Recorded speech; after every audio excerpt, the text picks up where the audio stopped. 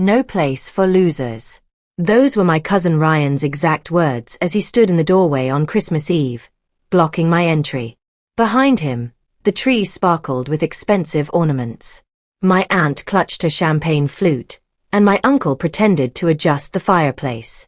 I stood there holding a box of carefully wrapped gifts for their children, gifts I'd spent hours selecting while Ryan smirked like he'd just won something. I didn't shout. I didn't beg. I just said, "You're absolutely right." That night, I made one quiet decision that stopped every single payment, keeping his lifestyle intact. And by New Year's Day, he was the one standing at my door, desperate. Let me tell you how this happened. I used to adore Christmas. The way snow muffled the city noise, the scent of hot cocoa, the promise that maybe this year would be different. It was the one time I could pretend our family functioned normally. But that fantasy shattered years ago, slowly at first, then all at once, like ice giving way beneath you. Growing up, I became the family's safety net. When someone needed cash, I provided it. When emergencies arose, I showed up. When my cousin Ryan and his wife Amanda couldn't make their car payments, I transferred money before they even thought to ask. I told myself it was generosity. Looking back, it was probably fear. Fear of being the one who didn't help, who let the family down. My aunt encouraged it constantly. "You've always been so dependable, Nina," she'd say, her smile warm but her eyes calculating. My uncle never said much of anything. He just nodded along, passing Ryan another opportunity, another excuse, another free pass. Over the years, I stopped noticing how much I sacrificed. Private school tuition for the kids, handled. Medical bills covered. When Ryan got laid off for the third time, I wired rent money without hesitation. The truth is, paying was simpler than confronting anyone. The irony. They called it family support, but really it was manipulation, just not the kind I controlled. Every rescue tightened the chains. That's how dysfunction works. Generosity becomes the collar, and approval is the occasional pat on the head they throw your way. This Christmas was supposed to be different. I'd planned ahead, bought meaningful gifts, taken vacation days, even made my grandmother's famous gingerbread cookies. I imagined warmth, connection, maybe even genuine appreciation. Instead, I got Ryan's contempt and my aunt's calculated silence. No place for losers. Those words didn't just wound me. They fundamentally changed something. On the drive home, the car felt suffocating. The wrapped packages sat in the passenger seat, glowing accusingly in the streetlights, evidence of my foolishness. By the time I reached my apartment, I wasn't crying. I was eerily calm. Because for the first time, I understood the truth. I hadn't been part of a family in years. I'd been part of a financial arrangement that only worked if I stayed silent and compliant. This Christmas, silence was going to mean something entirely different. That night, sleep was impossible. The words echoed endlessly. No place for losers. Each repetition carved deeper. Ryan had mocked me before, but never with such public cruelty. Never with the entire family watching and agreeing through their silence. The worst part wasn't his voice. It was my aunt averting her eyes, my uncle studying his drink. That silence screamed louder than any insult. We agree with him. The next morning, I brewed coffee and sat at my kitchen table, staring at the spreadsheet I'd created weeks ago. Christmas budget. Gift receipts. Tuition transfers. The handwriting looked foreign, like a stranger's pathetic attempt to purchase belonging. I traced each line slowly, calculating how much of myself I'd traded away for scraps of validation. Then something shifted inside me. Not anger. Exhaustion. The bone-deep kind that arrives when you finally see the rules of a game you never consented to playing. I opened my laptop and accessed my bank accounts. There they were, lined up like accusations. Transfers labeled Ryan, car payment, Amanda, credit card, kids orthodontist, emergency fund top-up. I clicked through each one methodically, watching the amounts compound into evidence of my willing exploitation. I didn't hesitate or second-guess. I just started canceling them. Delete. Delete. Delete. One by one, I terminated every automatic payment. 5 years of financial support erased in 7 minutes. I expected guilt to crush me. Instead, I felt weightless. The apartment seemed brighter, the air clearer. I made another cup of coffee, stronger this time, and stood by the window watching snowflakes drift past streetlights. For the first time in forever, I wasn't mentally calculating who needed what or how to solve someone else's crisis. I was thinking about boundaries, about how beautiful they sound when you finally draw one. By noon, I'd packed all the Christmas gifts into storage containers and sealed them. I didn't throw them out, couldn't quite yet, but I couldn't look at them either. Every tag, every carefully chosen item felt like evidence from a crime I'd committed against myself. That afternoon, Ryan texted, "You still planning to drop off the presents? Kids keep asking." I stared at the message for a long moment, then typed 2 words, "Not anymore." His response came instantly. "What's that supposed to mean?" My fingers hovered over the keyboard, but I didn't reply.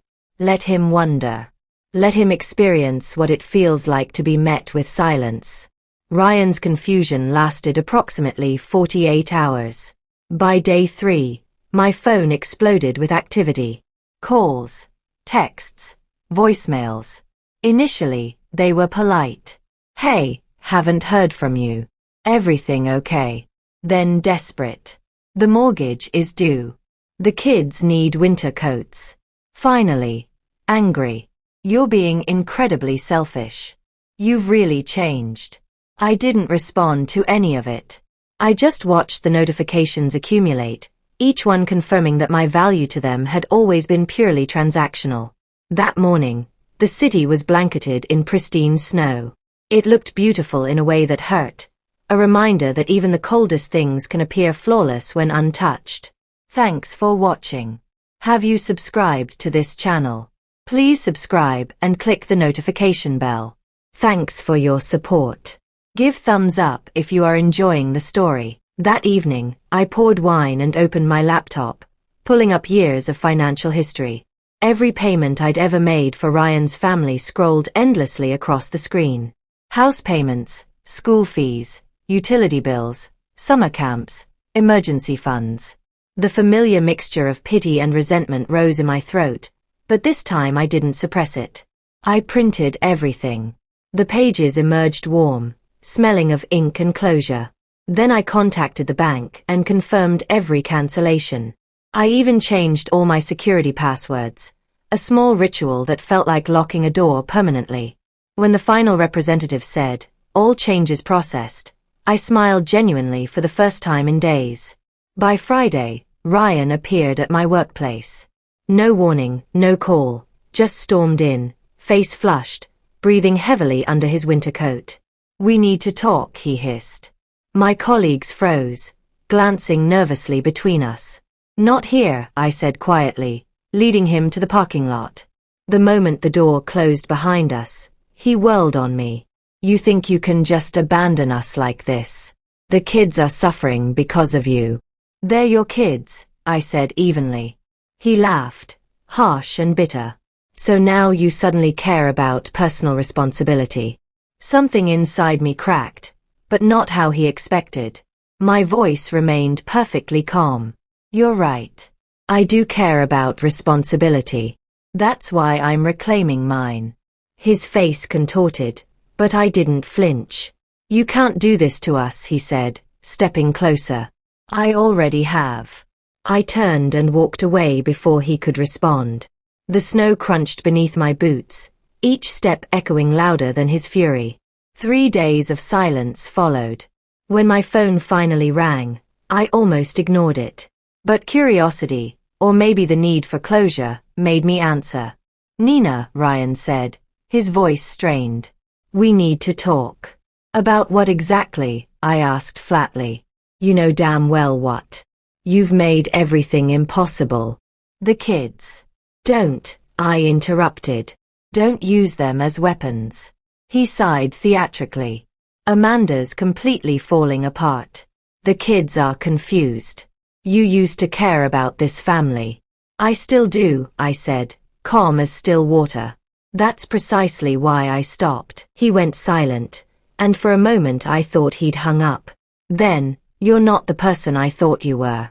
I almost laughed out loud. No, I said. I'm just not your ATM anymore. He cursed under his breath and disconnected. I assumed that was the end of it. I was wrong. 2 nights later, someone pounded on my door. Aggressive. Frantic. The kind of knocking that makes your heartbeat spike before your brain processes what's happening. When I checked the peephole, Ryan's face filled the frame, wild-eyed and desperate. I hesitated before opening the door partway, blocking it with my body. What are you doing here? He shoved his hand against the doorframe. You need to stop this nonsense, he snapped. You think cutting us off makes you some kind of hero? You're destroying my life. I crossed my arms. You destroyed your life perfectly well without my help. He moved closer. You have no idea what's happening. You can't just abandon family. I almost smiled. Family. Is that what you're calling this now? You call me a loser to my face, then suddenly remember we're family when the bills arrive. His jaw clenched. But before he could respond, Amanda's voice cut through the cold night air. Ryan, enough. He froze. She stood several feet away, coat unbuttoned despite the cold, face pale as the snow. Behind her, their car idled with visible exhaust. Amanda, go back to the car, he barked. She didn't move. No, she said quietly. We're finished. He turned, genuinely startled. What are you talking about? Her eyes flickered to me, then back to him. I met with someone today. An attorney. Ryan's face drained of all color. You did what? I know what you've been doing, she said, her voice shaking but determined. The gambling, the lies, the secret credit cards. For once in his life, he was speechless. I said nothing. I just watched the inevitable collapse. Amanda stepped forward, trembling but resolute. All those payments from Nina, the ones you claimed went to the children's needs. I found the bank statements. You spent them at underground poker games.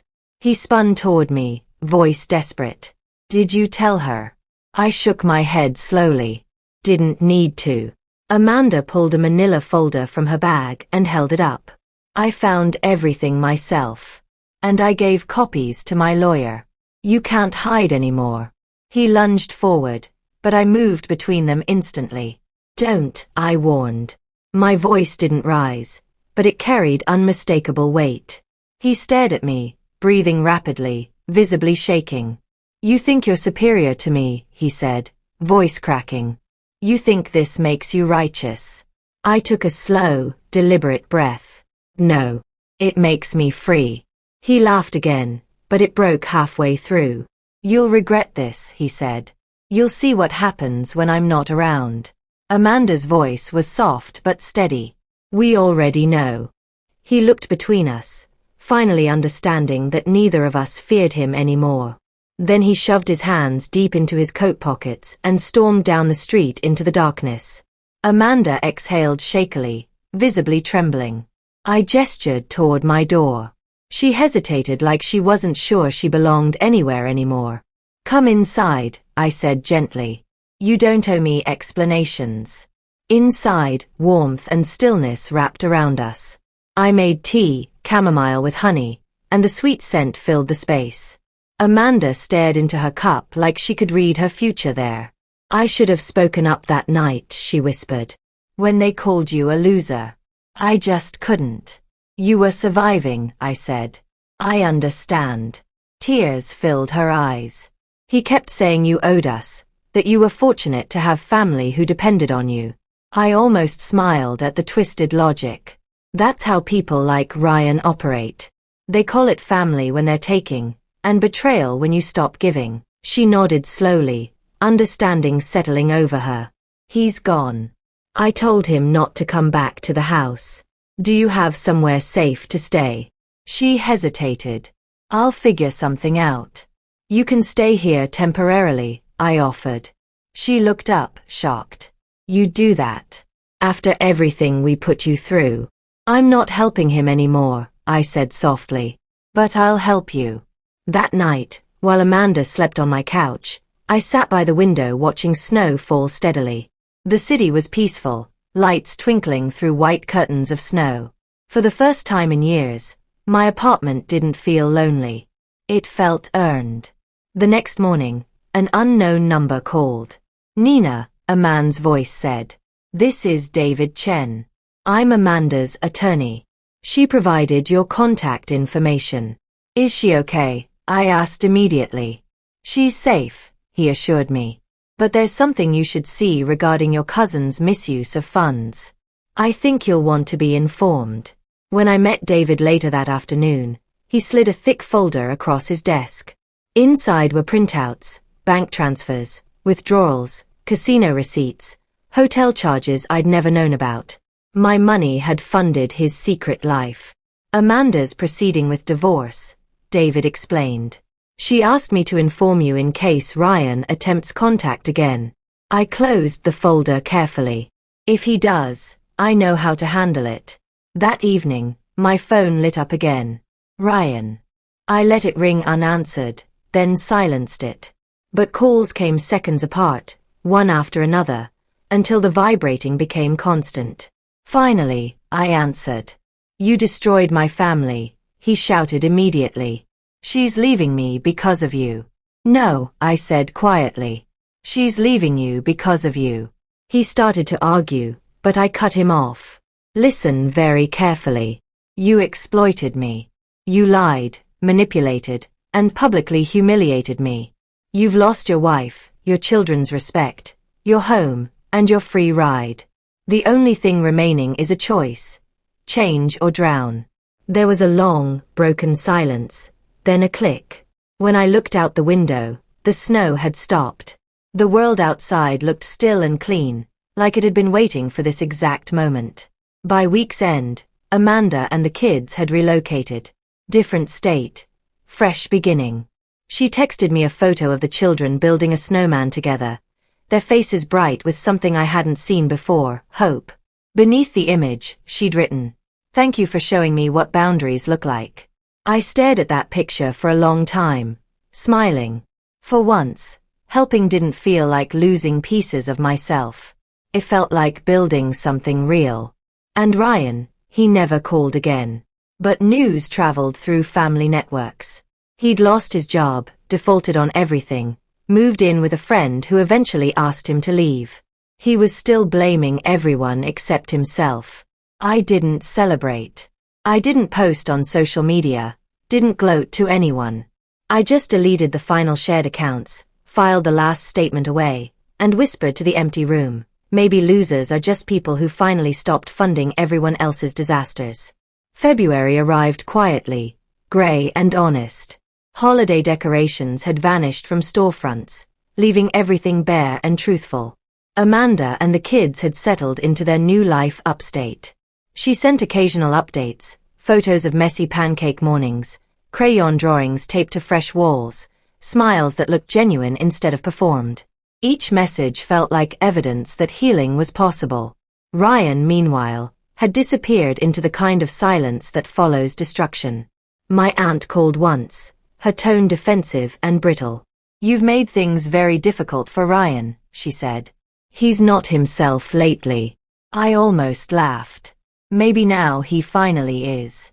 She didn't respond, just sighed heavily and hung up.